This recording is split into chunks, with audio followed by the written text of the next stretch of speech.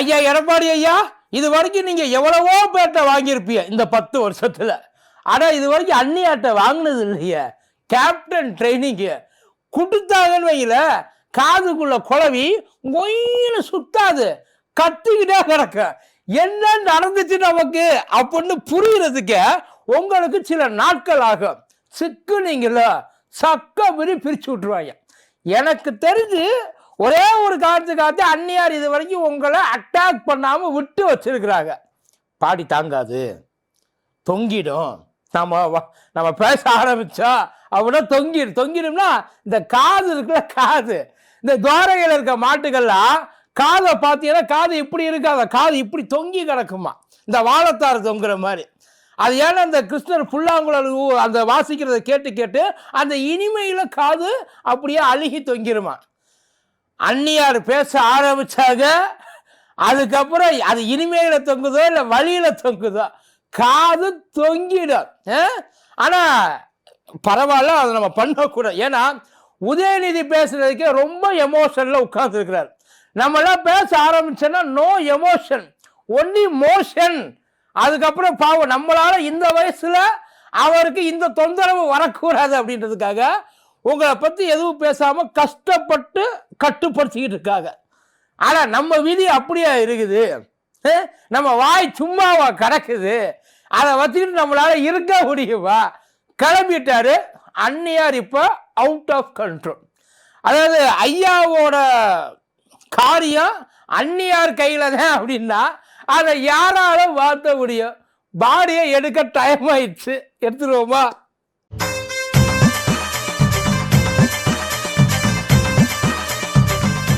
வீடுதோறும் அரசு சேவைகள், மருத்துவம் தொடர்ந்திட ஸ்டாலின் தொடரட்டும், தமிழ்நாடு வெல்லட்டும். எனக்கு அவர் கூடவே இருக்கணும் போல இருக்கு. நீ இப்படிடி அவர் கூடயே இருக்க முடியும்?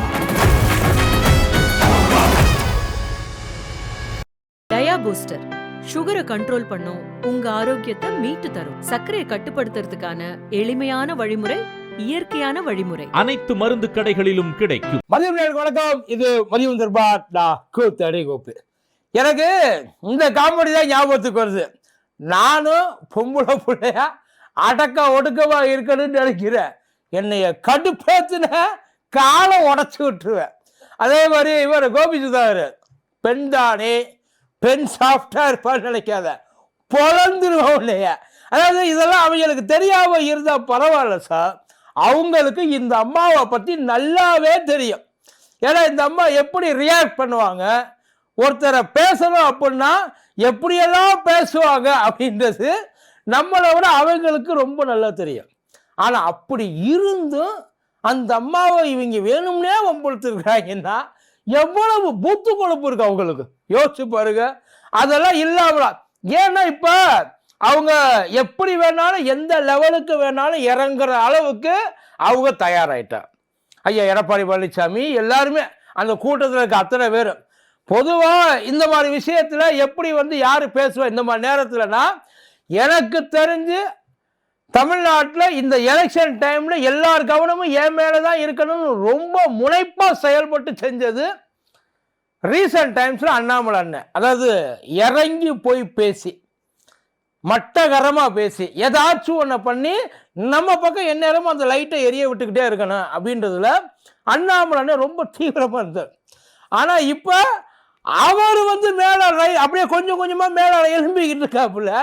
அவர் கூட யாரையெல்லாம் நம்ம டீசென்ட் நினைச்சோமோ, உங்க ஒரிஜினல் கேரக்டர் தான், இதுதான் ஒரிஜினலா, அப்ப இத்தனை நாள் நீங்க எங்ககிட்ட நடிச்சதெல்லாம் நடிப்பு, நம்ம கிட்ட நடிச்சிருந்தா பரவாயில்லையே. அவங்க கூட இருந்தவங்க கிட்டயே ஒருத்த மாத்தி ஒருத்த ஒரிஜினல் கேரக்டர் உள்ளேயே ஒழிச்சு வச்சுக்கிட்டு வெளியில வேற மாதிரி நடிச்சுக்கிட்டு இருந்திருக்காரு. இப்ப அவங்க 2 பேர் என்ன பண்ணிட்டாயோ இல்ல, யார வம்புழுக்கிறதுன்னு தெரியல. இல்ல விசிகால இப்ப அண்ணன் திருமாவளவன், தேமுதிகால அந்நியார் பிரேமலதா, அதுக்கப்புறம் திமுகல ஐயா ஸ்டாலின், அண்ணன் உதயநிதி ஸ்டாலின், அவங்க இழுக்காத ஆளே இல்லைன்னு வச்சுக்கோங்களேன். எல்லாரையும் அவங்களுக்கு இப்ப என்னன்னா, யாராச்சும் என் கூட சண்டைக்கு வாங்குறா, நான் என்ன சொன்னா நீங்க என் கூட சண்டைக்கு வருவீங்க, என்னைய அடிச்சு எப்படி நீங்க பெரிய ஆள் ஆக்குவீங்க. அவர் இப்ப அடி வாங்குறதுக்கு தயாரா இருக்கிறாரு. யாரு? ஐயா எடப்பாடி பழனிசாமி. அதாவது சில நேரத்துல அடிச்சா பெரிய ஆள் ஆகலாம், சில நேரத்தில் அடி வாங்கினா பெரிய ஆள் ஆகலாம்.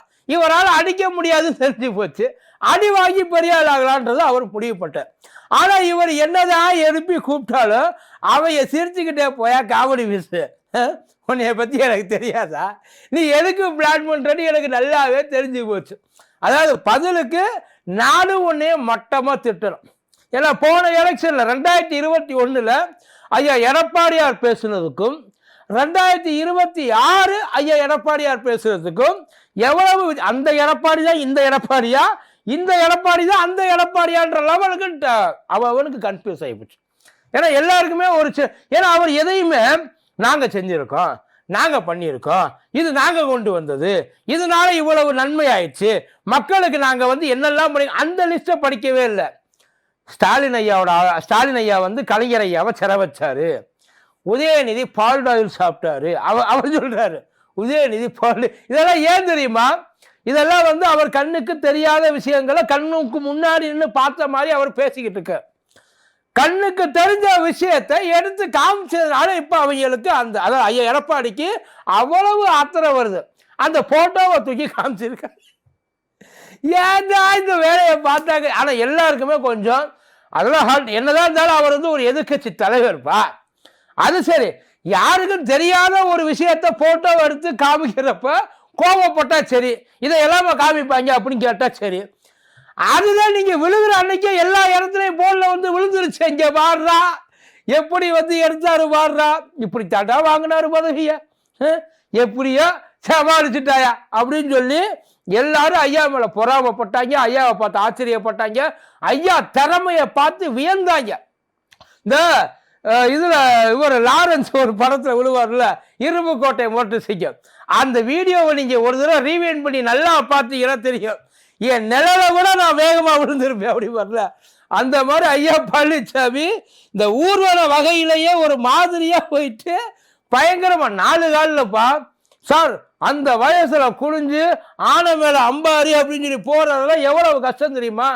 பேரப்புள்ளைய கூட தூக்கி அந்த வச்சிருக்க மாட்டாப்புல, சின்னம்மாக்காக நடந்து போனாரு, அவ்வளவு அருமையா இருந்தது. அது விழுந்தது உண்மைதானே, அது ஒன்றும் மாஃபிங் கிடையாது, அது ஒன்றும் இந்த ஏஐல செஞ்சதெல்லாம் கிடையாது, அது ஒரிஜினல் தானே. அதை காமிச்சதுக்கு இந்த நேரத்தில் கொண்டாந்து எதுக்கு இதை காமிக்கிற அப்படின்னு சொல்லி அவருக்கு கொஞ்சம் வருத்தம். அந்த சம்பவத்தை ஏன் திரும்ப சங்கடப்படுத்துறீங்க என்னைய காமிச்சு அப்படின்றதுனால ஐயா இன்னும் கொஞ்சம் டெப்தா நல்லா கேட்டுங்க, நீங்க யார் மடியிலையோ விழுந்து கிடக்கிற மாதிரி அங்கே போட்டோவை பண்ணல, நீங்க அடியில விழுந்து கிடக்கிற மாதிரி தான் போட்டோவை வச்சிருக்கிறாங்க.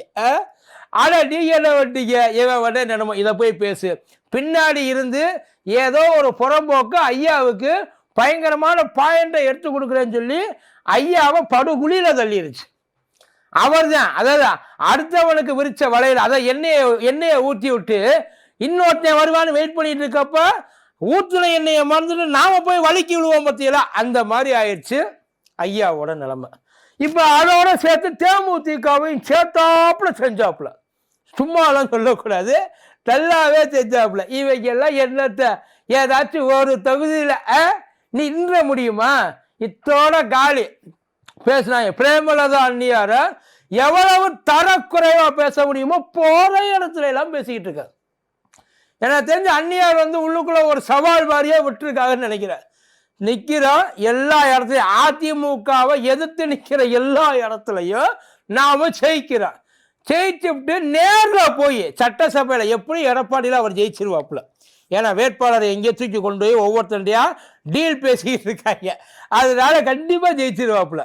ஜெயிச்சதுக்கு அப்புறம் அந்த நேருக்கு நேரா நம்ம பார்க்கிறோம், நம்மளை பார்த்துட்டு தலை நிமிராம அந்த அப்படியே ஓடிடணும், வெக்க பண்ண சார். நினைச்சு பாருங்க, சட்டசபைக்குள்ள பிரேமலதா உள்ள உட்கார்ந்து இருந்தாங்களோ, நீங்க எந்திரிக்கிறப்பைய ஏறி அப்படியே அந்த கழுத்து மேல காலை வச்சா உட்கார், எங்க உட்கார்ற, எங்க எந்திரிக்க, உனக்கெல்லாம் அந்த தகுதி இருக்கா கேட்பாங்க. பயங்கரமா இருக்கு. அவங்க ஏதோ ஒரு விஷயத்துக்காக கொஞ்சம் கண்ட்ரோல்ல இருக்கிறாங்க, பார்த்து பத்திரமா. ஏன் நம்ம இதை நம்ம உங்களுக்கு ஒரு இமேஜ் இருக்கு, நம்ம இமேஜை நம்ம ஏன் கற்றுக்கிறோம், அவங்க தான் நியாயமா அதை கெடுக்க ட்ரை பண்ணணும். ஆனா நீங்க என்ன பண்றீங்க, உங்க இமேஜை கெடுத்து அவங்க இமேஜை ஆட்டோமேட்டிக்கா நீங்க டெவலப் பண்ணிட்டு இன்னும் ஸ்ட்ராங்கா ஆக்கிட்டு இருக்கீங்க. அந்த வேலையைத்தான் நீங்க பார்த்துட்டு இருக்கீங்களே தவிர இதனால உங்க மேல அட்டென்ஷன் வரும். என்ன தெரியுமா, சில நேரங்கள்ல எங்களாவே அவனை பார்த்தாலே எனக்கு எரிச்சலா வருது, அந்த மாதிரி ஒரு கேரக்டரை நீங்க உருவாகிட்டு இருக்கீங்க.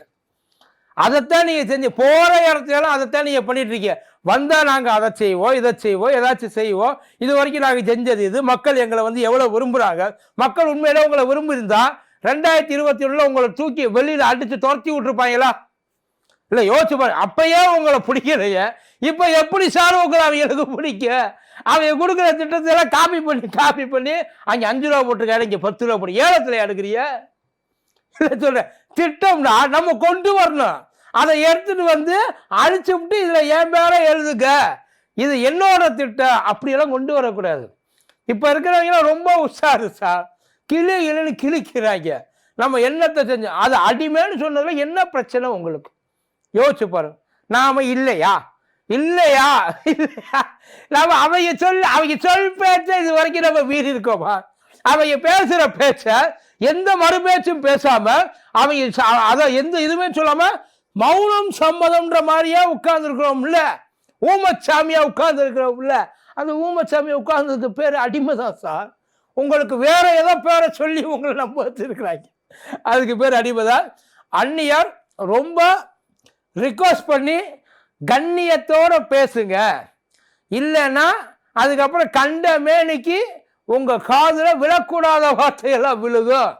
உதயநிதி எல்லாம் ஓப்பனா சொல்றாரு, இன்னும் இருந்தாலும் என்னை கெட்ட வார்த்தை சொல்லிதான்டா திட்டல, மற்ற எல்லாத்தையும் சொல்லிட்டாப்புல, அதையும் சொன்னாலும் சொல்லுவாரு போற போக்குல, அவரையும் மறந்து அந்த அளவுக்கு அவருக்கு ரொம்ப அப்செட்ல இருக்கிறாப்புல.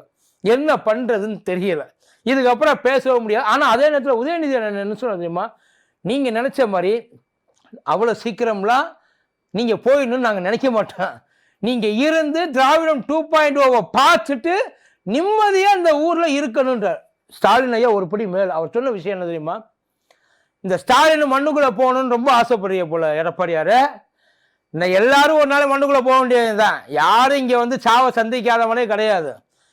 இந்த ஸ்டாலின் வேணா மண்ணுக்குள்ள போகலாம், நான் உருவாக்குன திட்டம் என்னைக்குமே நிலைச்சு இங்க நிற்கும் அவர் போட்டிருந்தார். அது இருக்கிற வரைக்கும் இங்க எவன் ஆண்டாலும் அது ஸ்டாலின் தான்டா அப்படின்னு அவர் சொல்லிட்டு போயிட்டாரு. கொஞ்சம் கத்துக்கங்க, இத்தனை வருஷமா இருந்து இன்னமும் இதை ஏன் நல்லா தானே இருந்து யார் உங்களை மாத்துனா? இப்பயும் சொல்றேன், நான் மற்றவங்க எல்லாம் பரவாயில்ல, அதாவது ஐயா ஸ்டாலின் பரவாயில்ல, ஐயா உதயநிதி பரவாயில்ல, அந்நியார் கையில கொஞ்சம் பார்த்து நடந்துக்கங்க. அதுக்கப்புறம் ஒன்றும் அதுக்கப்புறம் யார் சொன்னாலும் அவங்க கேட்க மாட்டாங்க, ரொம்ப கஷ்டம். அதுக்கப்புறம் அவங்கள சமாளிக்கிறது, அதுக்கப்புறம் அவங்கள சமாளிக்கிறதே ஃபுல் டைம் ஜாப்பாக உங்களுக்கு போயிடும். தயவு செய்து கொஞ்சம் பார்த்து பேசுங்க, யாரோட கோவத்துக்கும் சாவத்துக்கும் ஆளாகிறாதீங்க. நன்றி.